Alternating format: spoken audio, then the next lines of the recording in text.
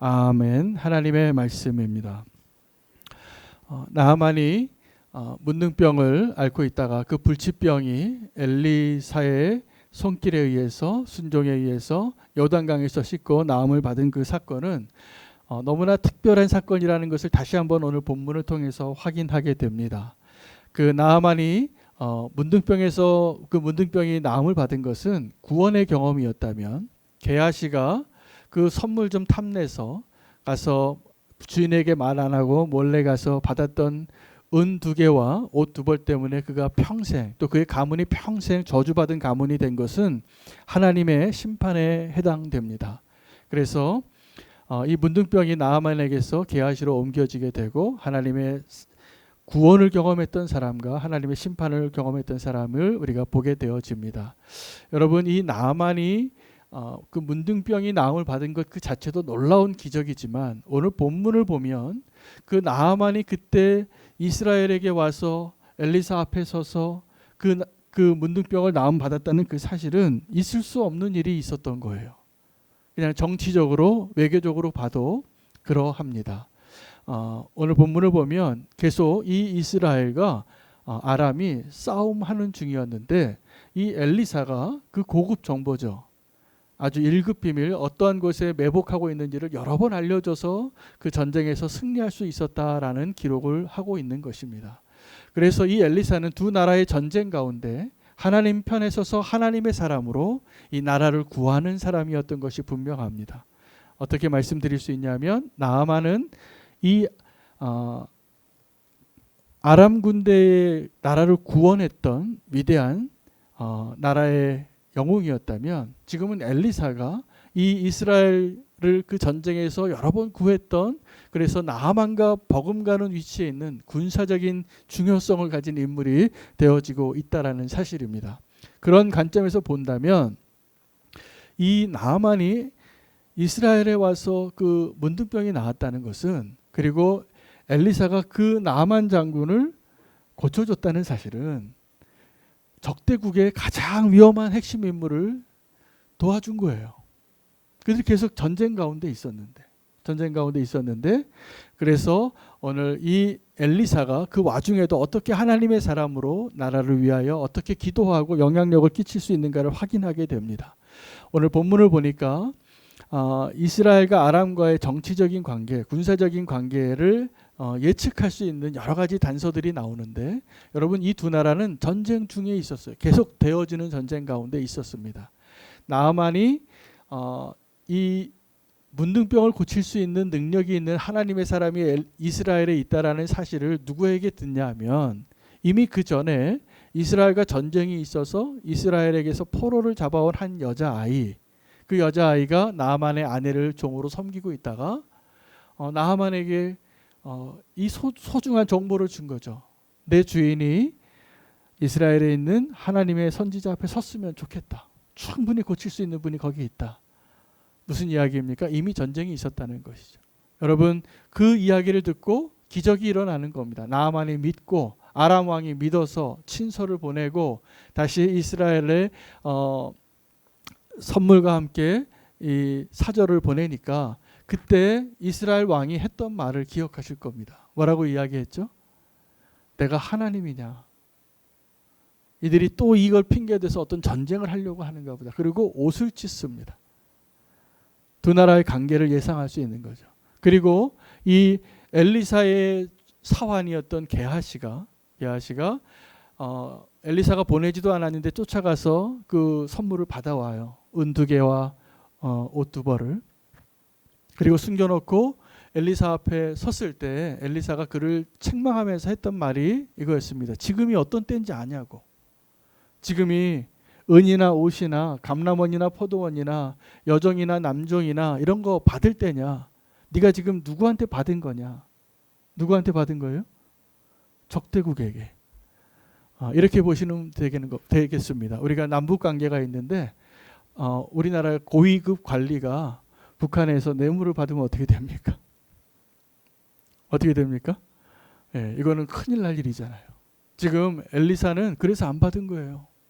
그런데 지금 엘리사의 사환이었던 게하시는 쫓아가서 그 물질의 욕심이 나서 이게 나음 받고 갔으면 보답을 해야지 사람이 이렇게 생각하고 요구했다. 그가 문둥병에 걸리고 하나님의 저주를 받는 자가 되었다는 것입니다.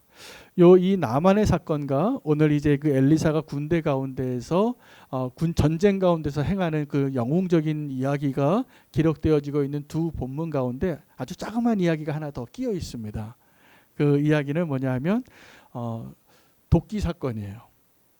이때 당시에 엘리사가 사역을 열심히 하니까 많은 제자들이 생겼습니다. 그래서 엘리사의 수하생들이 신학생들이 많이 모이게 되니까 이제 여러 사람이 모이게 되어서 요단에다가 신학교 기숙사를 세우자. 그러면 우리 사람이 많으니 이곳에 다 머물 수 없어서 요단에다 우리 선지자들을 위한 건물을 하나 짓자고. 그 건물을 짓다가 한 그 선지자 후보생이 그 도끼를 나무에 껴서 도끼질을 하다가 도끼를 연못에 빠뜨려요. 아주 작은 사건이죠. 그런데 그는 절망합니다. 절망해서 엘리사가 그 지역을 지나갈 때 뭐라고 탄식하며 찾아오냐면 내 주여 이것은 빌려온 것입니다.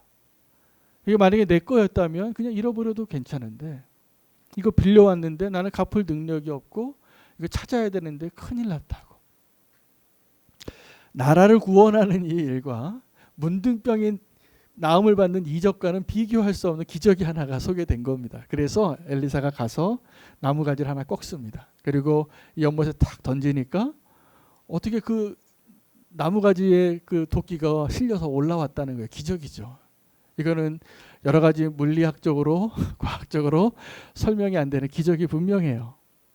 그 무거운 쇠가 이 나무에 껴서 이렇게 올라왔다는 거죠. 자, 이 기적이에요. 근데 이 기적은 어떤 의미를 오늘 어떤 메시지를 우리에게 주냐 하면 하나님께서 저와 여러분의 삶 가운데 고민하고 있는 아주 작은 고민들까지도 주님은 아신다는 거예요.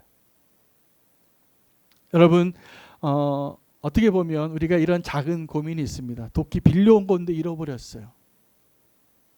물론 그 남의 빌려온 거 우리가 그냥 입 딱 씻고 이렇게 생각하는 사람은 문제가 많은 사람이에요. 그런데 이것은 나라를 구하고 전쟁을 하는 그런 기적과 문둥병을 고치는 이런 기적에 비하면 아주 작은 기적이지만 하나님이 저와 여러분의 그 작은 일에도 관여하고 계시고 우리가 믿음의 눈이 열려지길 원한다는 하나님의 마음을 꼭 깨달으시기를 축복합니다. 예수님께서 공생애를 사실 때 첫 번째 기적이 그래서 일어났더라고요. 요한복음에 예수님의 첫 번째 기적이라고 기록이 되어진 그 기적의 내용은 가나의 혼인잔치에서 물이 변하여 포도주가 된 것입니다. 여러분 왜 예수님께서 그 기적을 행하셨습니까? 그 혼인잔치에 그 혼주 가문의 체면을 위해서 했어요. 그냥 잔치를 벌였는데 이제 준비한 포도주가 다 떨어졌으면 이제 나머지는 셀프 서비스로 하세요 이렇게 하셔도 돼요.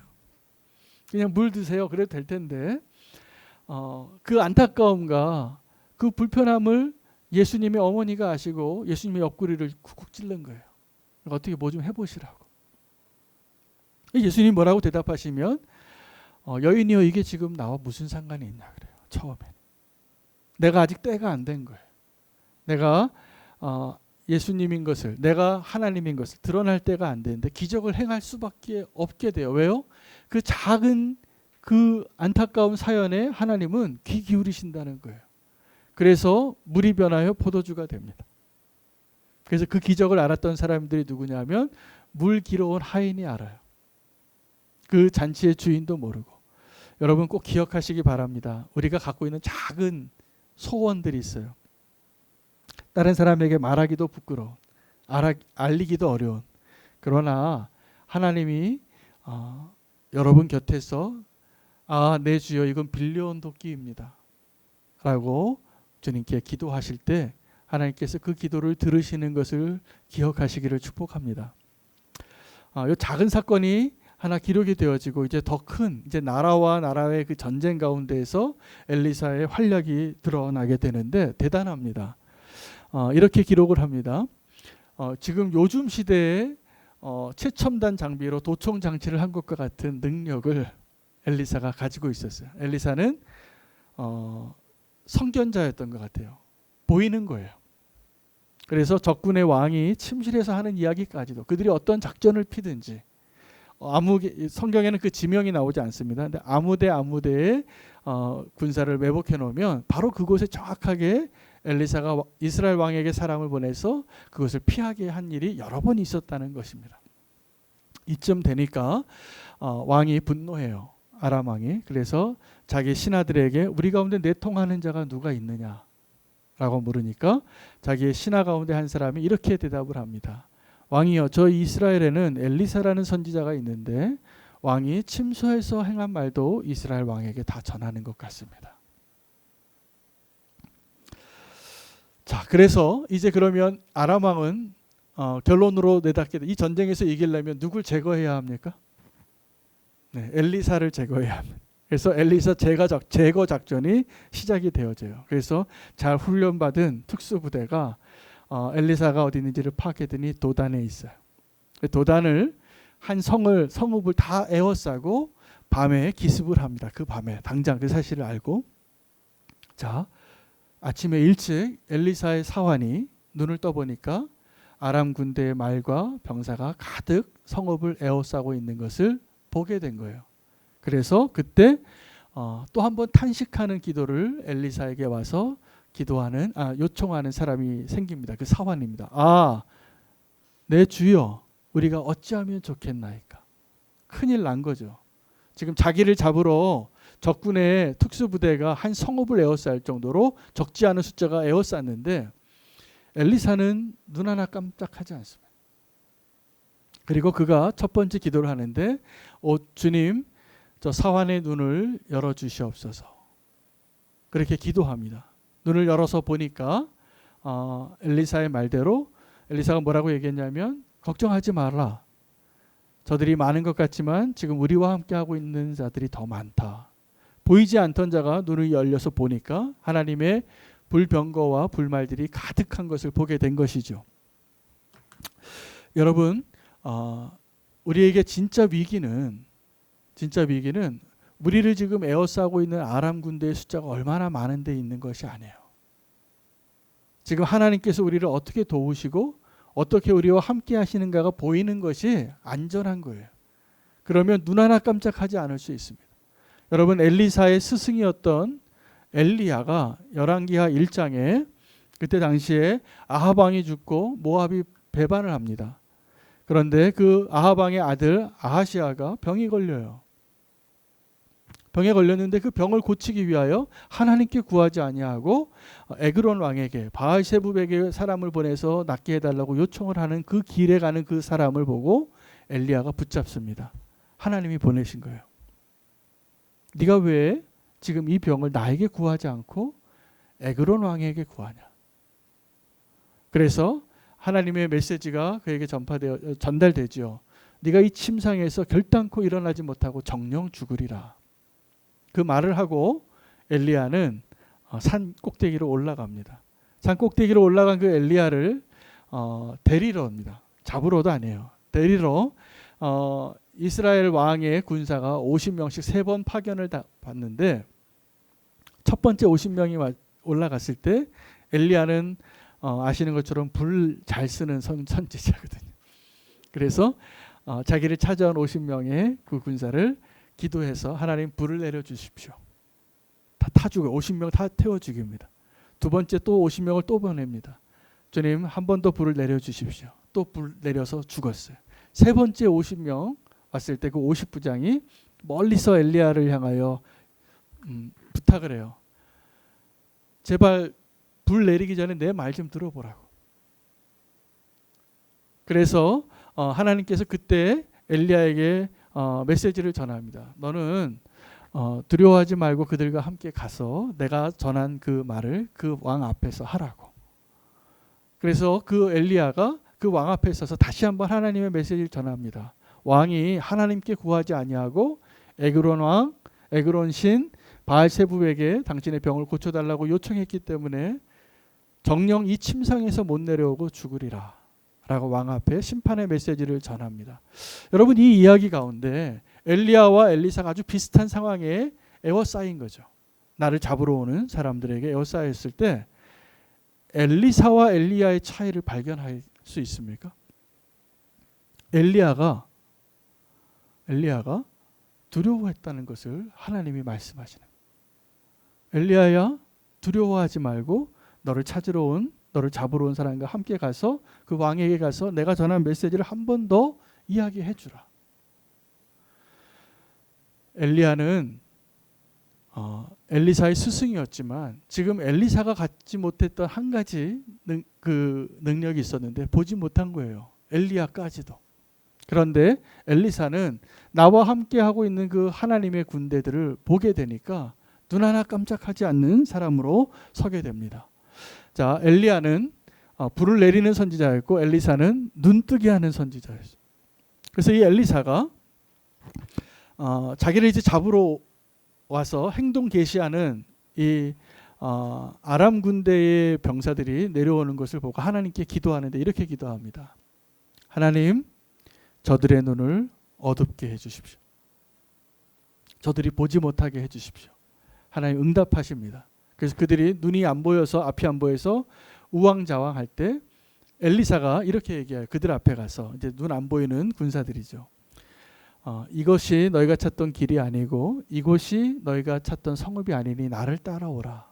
그리고 도단에서부터 사마리아까지 자기를 잡으러 파견된 이 특수부대원들을 다 이끌고 사마리아 앞에 가서 기도해요. 하나님 앞에. 하나님, 이제 저들의 눈을 뜨게 해주십시오.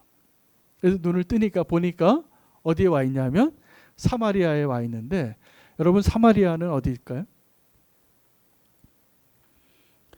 이스라엘의 수도예요. 거기 왕이 있고 정규군이 다 있는 거예요.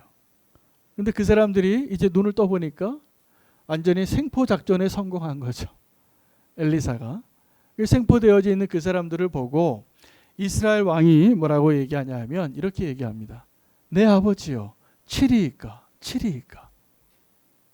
이게 이스라엘 왕이 엘리사에게 질문한 질문이었는데, 여러분 이 이스라엘 왕의 질문에서 느껴지는 그의 감정 하나 발견되지 않습니까?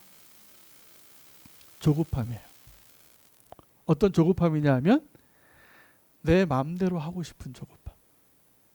엘리사는 지금 이 생포하게 된 아람 군대를 당장 칼로 자기 군사들에게 명령해서 죽이고 싶었는데 내 아버지여, 치리이까 물을 때 엘리사는 치지 마소서 라고 대답해요. 도리어 거꾸로 그들의 떡과 물을 주고 잘 대접받게 하고 그들의 주인에게로 돌아가게 하소서. 그러면서 중요한 말을 합니다. 그들이 칼과 활로 잡혀온 자들일지라도 우리가 어찌 그들을 치겠습니까? 그들을 칼과 활로 치지 말라고 하고 은혜를 베풀라고 하는 겁니다. 여러분, 이게 우리가 정말 누려야 할 위대한 승리의 모습입니다. 이스라엘 왕이 이렇게 엘리사 앞에서, 엘리사가 이제 이스라엘 왕의 아버지같이 돼요. 나라를 여러 번 구하니까. 아마 나이도 그랬을 겁니다. 그래서 내 아버지여, 치리이까 이렇게 부르니까 치지 말라고 했잖아요. 여러분 마가복음 9장 38절에 요한이 예수님에게 내가 치리이까 이런 질문을 한 적이 있어요. 언제냐 하면 다른 사람들이 예수님의 이름으로 기적을 행하는 거예요. 귀신을 내어줬고 질병을 고치는 거예요. 그런데 요한이 보니까 우리 무리에 함께 오는 사람이 아닌 거예요. 그래서 당신 어디 소속이요? 우리와 함께 하는 자가 아니니까 앞으로 그렇게 하면 안 됩니다. 이거 우리 특허예요. 예수님의 이름 함부로 쓰면 안 돼요. 그렇게 하고 금했어요. 그래서 이 금했다는 얘기를 예수님에게 보고하니까 예수님이 요한을 책망합니다. 너 왜 그것을 금하냐? 우리와 함께 하는 자가 다 우리를 대적하는 자가 아니라 다 우리 편이다. 예수님은 훨씬 더 넓은 마음으로 원수를 대할 수 있는 길을 우리에게 보여주셨어요. 여러분, 우리가 예수님과 함께하고 하나님이 우리와 함께 하시고 그것이 믿어지고 보여진다면 우리가 얻어야 할 승리는 이제 칼과 활로 포획된 것도 아니고 하나님이 기적적으로 엘리사의 기도에 응답하셔서 눈먼 자가 돼서 앞에 있는 자들에게 하나님의 은혜를 보여줄 수 있는 은혜의 사람이 되어야 해요. 근데 우리는 원수가 연약해져 있으면 하나님께 이렇게 기도하고 싶은 거죠. 하나님 칠까요? 칠까요? 다윗이 하나님 앞에 이 질문을 한 적이 있어요. 하나님 칠까요? 사울이 자기를 잡으려고 평생을 그렇게 쫓아오는데 그 사울을 죽일 기회를 하나님이 2번을 주셨어요. 그 2번은 뭐냐면 오늘 이 이스라엘 왕이 엘리사에게 질문했던 그 자리예요. 여러분 우리도 그런 자리를 경험한 적이 많이 있으시잖아요. 내가 이제 드디어 복수할 수 있는 기회가 와요. 드디어 내 마음대로 할 수 있을 것 같은 기회가 와요. 그때 여러분 꼭 기억하셔야 될 것은 하나님께 물으셔야 됩니다. 하나님 내가 칠까요? 칠까요? 그때 나의 기도는 어쩌면 이 이스라엘 왕의 고백과 같을지도 모르겠어요. 하나님 지금 내 마음대로 확 해버릴까요? 이거 확 살까요? 이거 확 팔까요? 아니 이걸 어떻게 내가 내 마음대로 한번 해볼까요? 그때 꼭 기도해 보시기를 바라요. 하나님께 물으셔요. 그래야지 안전해요. 예수님께서도 이 십자가의 길을 가실 때 십자가의 길이 순종하셨지만 힘든 길이었어요. 그래서 하나님 앞에 솔직하게 이 땅에 내려온 하나님으로서 저 하늘에 계신 아버지 하나님에게 기도해요. 이 잔을 좀 피해가게 할 수 없나. 여러분 왜 하나님께서 우리를 구원하실 방법이 꼭 십자가밖에 없었을까요? 아니요. 충분히 하나님이라면 하나님이시잖아요. 충분히 다른 방법으로도 구원하실 수 있을 텐데 하나님은 그 하나님의 사랑을 십자가로 보여주기로 결정하셨던 거예요. 그래서 예수님께서 이 길을 좀 피해가고 싶어서 기도했을 때 결론을 내리게 됩니다. 3번 기도하셨어요. 3번을 예수님도 예수님 마음대로 하고 싶으셨던 것 같아요. 예수님이 이 결론을 내리신 것은 나의 뜻대로 마옵시고 아버지의 뜻대로 되게 하옵소서. 여러분 우리가 위기를 많이 만나지만 그 위기 가운데 이 기도할 수 있어야지 안전합니다. 하나님께 질문하는 겁니다. 성숙한 믿음은 무엇일까요? 성숙한 믿음은 나의 뜻과 하나님의 뜻이 비슷해져 가는 과정에 있어요. 우리는 지금도 내가 원하는 것과 하나님이 원하는 것이 너무나 다르지만 그럼에도 불구하고 하나님이 은혜 때문에 우리를 놓지 않으세요. 그래서 우리가 좀 잘못하고 내가 원하는 대로 내 방식대로 확 해버리고 싶을 때에도 하나님 우리를 붙잡아 주시는 겁니다.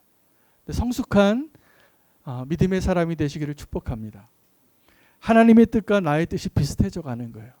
그러면 아브라함에게 주신 축복을 주실 것입니다. 아브라함의 믿음의 조상이 되어서 하나님께서 그 아브라함을 축복하시면서 뭐라고 얘기하시냐면 나의 친구라 그래요. 여러분 친구가 어떤 사이냐면 부모에게도 말하는 걸 말하는 사이. 이 사춘기 때 여러분 우리 자녀들이 부모에게 말 안 하는 많은 비밀을 친구가 알아요. 근데 하나님이 나의 친구신가? 하나님이 나의 친구신가? 하나님의 뜻과 나의 뜻이 비슷해지는 것이 성숙한 믿음의 사람입니다. 그것이 여전히 다른 사람들이 있어요. 동문서답하고 하나님 오른쪽으로 가라 그러면 나는 왼쪽 가고 싶고 반대로 하고 싶고 니느웨로 가라면 다시스로 가고 싶고 하나님의 사랑이 오늘 우리 가운데 임한다면 하나님이 그 믿음의 눈을 열어주실 것이라 믿습니다. 그리고 하나님의 뜻을 알게 되어져서 하나님 원하시는 곳에 우리가 서 있기를 축복합니다. 그들이 이 엘리사의 말을 듣고 그 왕이 죽이지 않고 엘리사의 말대로 떡과 물을 주고 돌려보냅니다. 그리고 나서 오늘 본문에 놀라운 결론이 내려져요. 뭐라고 기록이 되어졌냐면 이후로는 다시는 아람이 이스라엘을 공격하지 않았더라. 이게 위대한 승리입니다. 다윗이 사울을 2번이나 살려주고 사울이 다윗을 향하여 뭐라고 고백하냐면 네가 나보다 낫도다. 하나님께서 너희 집안을 축복하고 내 집안을 이제 멸망케 할 것이 분명한 것 같다. 제발 은혜를 기억해 줘서 나중에 내 후손들에게 좀 잘해달라고 인정하고 축복해요. 사울이 다윗을 축복해요. 왜요? 다윗이 사울을 죽일 수 있는데 안 죽였기 때문에요. 여러분, 하나님의 사랑과 하나님의 은혜가 이러합니다. 저는 성도들이, 우리가 하나님의 백성이 세상과 다른 무기를 써야 된다고 확신해요. 지금도. 우리는 세상이 알지 못하는 그 능력, 십자가의 능력을 아는 자로 살아야 해요. 그리고 그 방법이 진짜 능력이에요. 우리가 하나님 앞에 오늘도 이렇게 기도한다면 그 기도가 바뀌어야 된다고 생각합니다. 하나님 칠까요? 하나님 칠까요? 칠 수 있겠죠. 하나님은 내 손으로 치는 것보다 더 위대한 승리를 누리기를 원하시는 거예요. 사랑하고 용서하는 겁니다. 사랑하고 용서하는 겁니다. 여러분, 진짜 위기가 무언가를 오늘 본문에서 우리가 꼭 발견해야 할 것 같습니다. 진짜 위기는 도끼를 잃어버린 것이 아니에요. 진짜 위기는 나를 잡으러 이 아람 군대가 나를 포위하고 있으면 진짜 위기 아닙니까? 선지자가 무기도 없이 자기를 죽이려고 훈련받은 이 특수부대 한 부대를 어떻게 감당을 하겠어요? 사환이 덜덜덜 떤 것이 당연하죠. 그런데 엘리사는 눈 하나 깜짝하지 않습니다. 왜냐하면 그는 믿음의 눈이 열린 사람이었기 때문에. 둘 중에 하나입니다. 하나님이 지금 오늘 이 자리에서 꼭 확인해 보세요. 기도하시고. 하나님이 여러분과 함께하고 계십니까? 그런 분만 아멘 해보십시오. 여러분이 함께하고 계심을 믿어지시는 분만 아멘 하시기 바랍니다. 지금 하나님께서 우리와 함께 하심이 믿어지십니까? 그러면 그것이 정말 믿어진다면 하나님께 우리가 기도해야 될 것은 그 하나님이 함께 하시는 것을 보여달라고 기도해야 돼요. 왜냐하면 사단은 지금도 계속 우리의 시선과 우리의 관심이 우리와 함께 하시는 하나님이 아니라 우리를 위협하는 원수에게 더 주목하게 하고 있기 때문에 그렇습니다. 걱정이 많으시죠? 염려가 있고. 그것은 우리의 시선에 달려 있습니다. 내가 하나님을 바라보느냐, 또 나를 애워싸고 있는 아람 군대를 바라보고 있느냐에 달려 있습니다.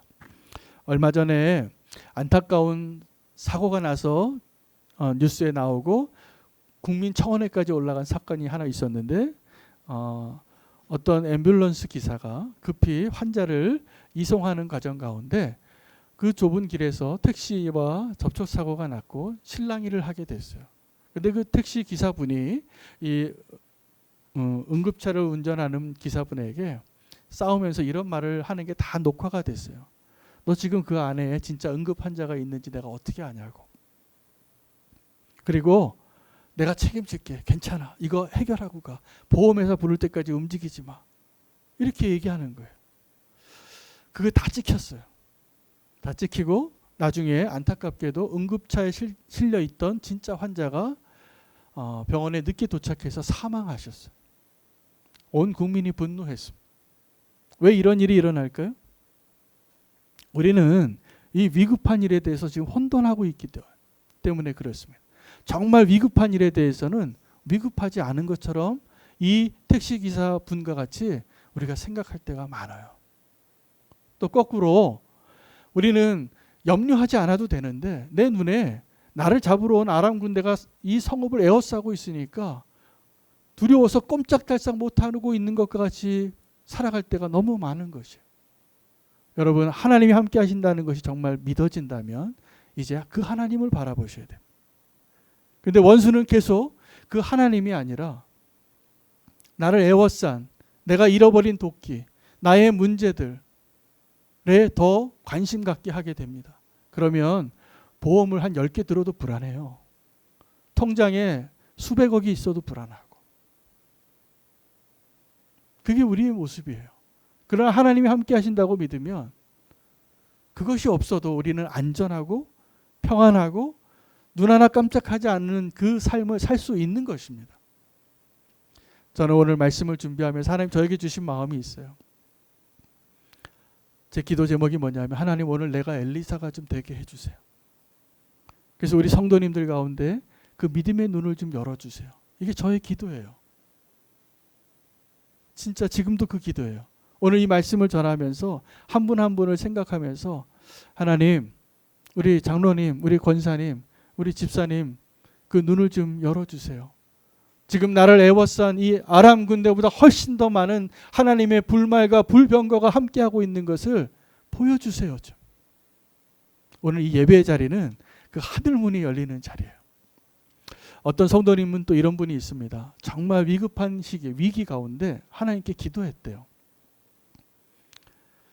근데 그 병원 응급실에서 평소에 잘 가지도 않던 그 예배 초소, 기도 초소에 가서 무릎 꿇고 기도했는데 안타깝게도 하나님이 침묵하셨어요. 그 기도에. 사랑하는 가족을 잃었어요.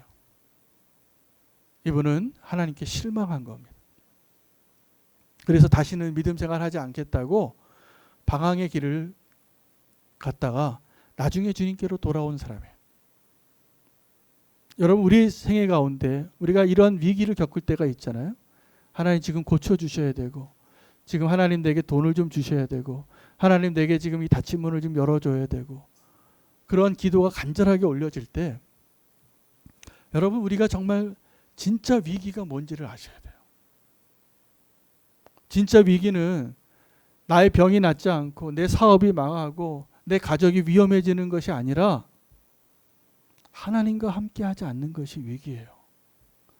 우리가 이 땅에서 겪는 위기라고 생각하는 것이 하나님 나라의 영원한 시간에서 본다면 아무것도 아닌 것이에요. 여러분, 그게 믿어지십니까? 내가 팔 하나가 없어지고 내가 생명의 위협을 당하고 나의 소중한 사람이 떠나갈지라도 우리가 영원한 나라의 하나님의 그 목적지에 도달할 수 있는 그 구원의 확신이 있는 사람이라면 우리가 이 땅에서 그렇게 두려워하고 염려하고 걱정하는 그 모든 것들은 진짜 위기가 아니에요. 진짜 위기는 내가 이 모든 것을 다 가지고 있을지라도 하나님이 내 옆에 없다면, 내가 하나님 곁에 있는 사람이 아니라면 그 사람이 위험한 사람인 거예요. 오늘 하나님께서 저와 여러분의 진짜 믿음의 눈을 열어주시기를 축복합니다. 그 세상에는요, 그래서 주님을 잘 믿다가 비명에 가신 분들이 많아요. 순교하신 분들이 많아요. 예수님 믿다가 모든 것을 잃어버린 분들이 많아요. 이분들이 그 위기에서 불안했을까요? 저는 그렇게 생각하지 않아요. 하나님께 그러한 것을 내놓을 수 있을 정도의 믿음이었다면 그때 그가 그렇기 때문에 당하는 그 고난들은 도리어 천국에서의 면류관인 것을 더 확신했을 겁니다. 우리가 지금 코로나 시대를 살지 않습니까? 제가 보니까 이 코로나가 저와 여러분에게 하나님께서 진정한 믿음을 훈련시키기 위한 아주 좋은 시간들이에요. 정말 우리가 무엇을 두려워해야 하는지 생각하시기를 축복합니다.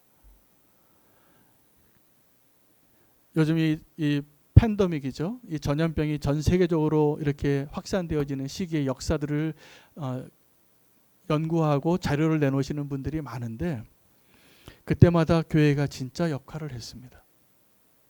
그리고 그때마다 영적인 부흥이 있었습니다. 우리가 이 코로나 시대에 정말 우리가 무엇을 위해서 기도해야 할지 꼭 생각해 보시기를 바랍니다. 우리가 두렵죠. 저도 오늘 우리는 교회에 모든 예배와 이제 소모임도 오늘 예배만 하고 다 모든 마을 모임 하지 않으시고 돌아가셔야 돼요. 지금 오늘도 아침에 제가 뉴스 확인해 본 바로는 200명, 300명이 넘어가고 있어요. 하루 확진자가.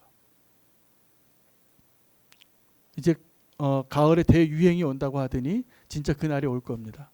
어쩌면 우리도 바로 지금 그 확진될 수 있는 가능성이 확률이 점점 높아져 가는 것이죠. 이제 두려워질 일이 있을 겁니다. 우리가 방역을 최대한으로 하면서도 정말 준비해야 될 것은 내가 하나님과 함께하는 사람인가요?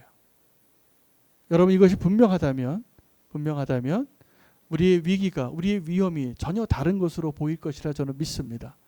그리고 우리가 기도할 때 하나님께서 우리 개인과 가정과 교회와 나라와 민족을 지키시고 보호해 주실 능력이 있는 분이 하나님이신 것을 저는 믿습니다. 그리고 이미 그렇게 하고 계시고 있다고 저는 믿어요. 우리의 기도가 바뀌어지기를 원합니다. 믿음의 눈이 열려지고 진짜 위기를 깨달으시기를 바랍니다. 그리고 이 위기 가운데 원수가 원하는 것이 무엇인지를 깨달으시기 바랍니다. 주 예수 그리스도를 더 바라보십시오.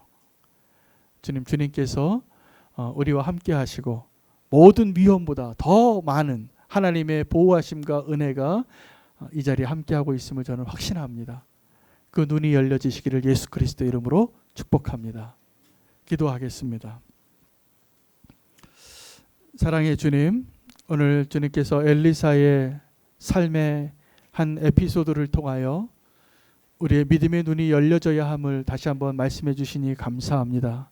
진짜 위기는 내가 도끼를 잃어버린 것도 아니고 나를 잡으러 온 아람 군대에 둘러싸여 있는 것도 아닌 것을 깨닫게 하시니 감사합니다. 하나님이 나와 함께 하시지 않는다면 그 사람이 가장 위험한 사람입니다.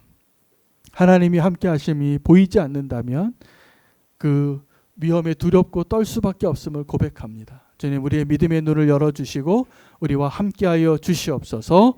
예수 그리스도 이름으로 기도하옵나이다. 아멘.